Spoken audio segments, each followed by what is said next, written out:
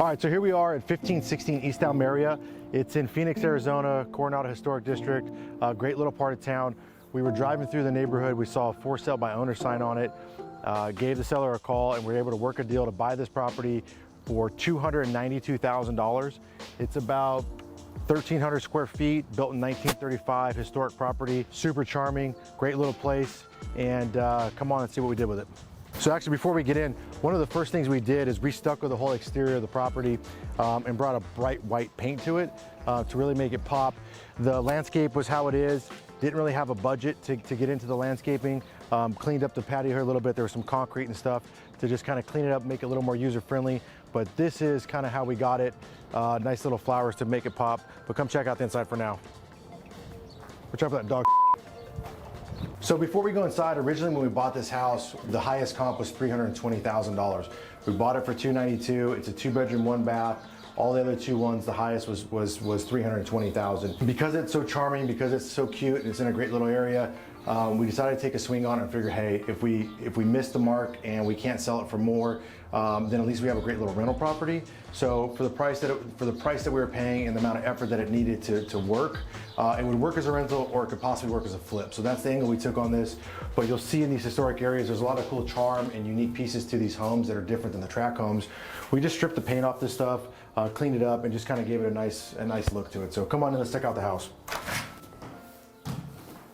So now that we're inside, this property had laminate flooring across, right? Like that cherry type laminate flooring. It would have worked in essence. You know, the idea was to spend $10,000 on this property to clean up the paint. The windows all had this like dark film over them to get all the film off. Clean up the paint, clean up the kitchen a little bit, just kind of do a light touch up, put it back on the market like $349 and just see if we could be out of this thing in about a week or two with very minimal touch up and see if we could push the market a little bit. And then if it didn't work, our cash outlay on the rehab was pretty light and move a tenant in here.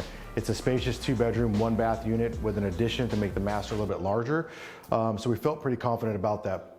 Once we got inside, we realized there was a basement as well. We went down to the basement to see what was going on and looked up and saw all the original floors cutting through the bottom of the house. Once we found that, we realized, hey, we gotta take this thing a step further. We gotta rip all these pergo floors off and get back to the original wood floors that were built in 1935. When we did that, we realized that about half of the floor was salvageable and the other half had to be entirely replaced. The fix-up cost for the floors alone was $10,000. So not only that, but we had to ship them from California. They had to sit in a warehouse here in Arizona to kind of cure, I guess you would call it, so they'd expand or contract in the heat before it got installed. So it pushed our time back to about a total of 6 weeks. So going from 2 weeks and $10,000 budget to 6 weeks and $10,000 budget strictly on the wood, threw a kink into our plans. But for me, I couldn't go without knowing that we saved these wood floors. So that's where we're at with this. So look, one of the things we did to save money is we kept the cabinets. They had these kind of top pieces to them that made them very, I don't even know the right word because I don't build that way, but like, you know, track homey, whatever. They were cherry brown, the same as the floors. So we pulled them all off. We found a green that I thought would look really good against the bright white. We ripped off the Corian top and put a nice piece of quartz on here with some cool little brass knobs that we got from like CB2 or something. All the appliances were here. So we cleaned up the appliances, the washer dryer, the fridge, the range. We cleaned everything up and reused it to save some money because we got eaten alive with the floors. You know, finding some cool pieces like this exposed block. We found that by accident, and once we saw that it was there, we chipped off all the plaster to expose it, and it just gives it a cool, unique piece to it. So able to save some money in this kitchen by using the existing appliances, updating the countertop, and then painting a new fresh color in the kitchen. Yeah, so look, as an investor buying these historic homes specifically, sometimes this can be easier and more cost effective to rip out stuff. Like these doors, for example, we could have bought pre-hung doors, but it would have stripped away the charm and the feel of this house. So although it cost us more to rebuild this thing, including stripping down all the paint off these old hinges and making everything operable, for us, I just have a sense of purpose of bringing back to the community as well. Like I don't want to just make it all about money. I need to make money, but there is a higher cost associated with saving some of this stuff. But I think in the long run, as we'll get to it, this type of stuff sells, And so as we had to break records and now we had to push values a ton, being able to save a ton of this cool stuff that maybe some investors would come in and rip through or open this all up where it's just not meant to be open. This house is meant to be compartmentalized. You have your kitchen, you have your living spaces, and that's just how it's supposed to be. So that's what we did here. And so now we do have a little more spending than we were expecting, but you see the product turned out pretty nice. All right, so here we are in this tight little bathroom. I got a cameraman and me. We're trying not to get too weird. One of the things we had to spend on was this bathroom. So got this at Lowe's, I think, for 500 bucks or so. You know, some of the tricks of the trade, you know, spend a little bit of money on lights. You can find some nice lighting and not spend a ton of money, but it doesn't have to be Home Depot grade. It just looks and feels better. Put a nice mirror in here, but once Lex gets out of the bathtub, we'll show you the bathroom here was probably not original, probably redone at some point, but these tiles were orange and kind of weird, and so we painted over to make them black. This is all here when we got it. We didn't touch this because we were so far over budget on this deal. Just again, blowing our budget on the floors alone, that this was an area we saved money on as well. So spend a little money on the vanity.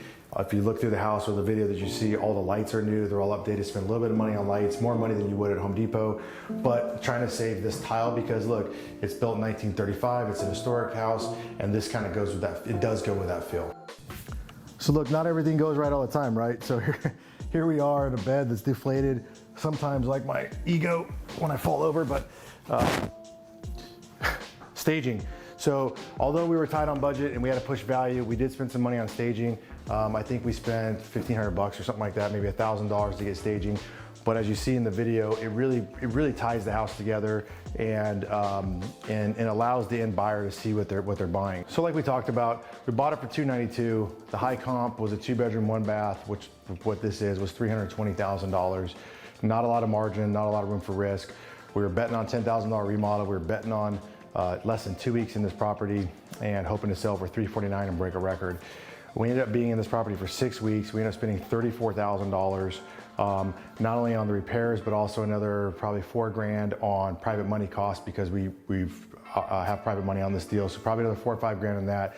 Let's call it $40,000 in repairs. So all of a sudden now we're in this thing for, after closing costs on the acquisition side, $292, $3,000 or $4,000 in closing costs. Let's call it $295. Another $40,000 into it. You're at $335,000, where our exit was going to be $349. So now we have a little heightened sense of anxiety, but the property turned out so much nicer than what the product was we were going to push that we were able to push the values of the property. We listed the property at $389,000. We ended up getting 2 offers in the first day. One of them came in $6,000 over list, so we ended up selling the property for $395,000. So on that, we'll pay about 5 or 6% commissions, closing costs off the top of that, minus out the $335,000 we have in the deal, and somewhere in the mix we make $30,000, $35,000, something like that when it all plays out. So not a bad day. Able to break a record in the neighborhood. Nothing I ever want to bet on. Never recommend on trying to break records, especially by that. But this house, just with everything that it's got, the barrel ceilings, the hardwood floors, the original hinges, things like that, you know, these bright windows, the staging helped. It was worth the time and effort for us, and it's something I'm proud of. So that's how you real estate invest and try not to be scared, because I was.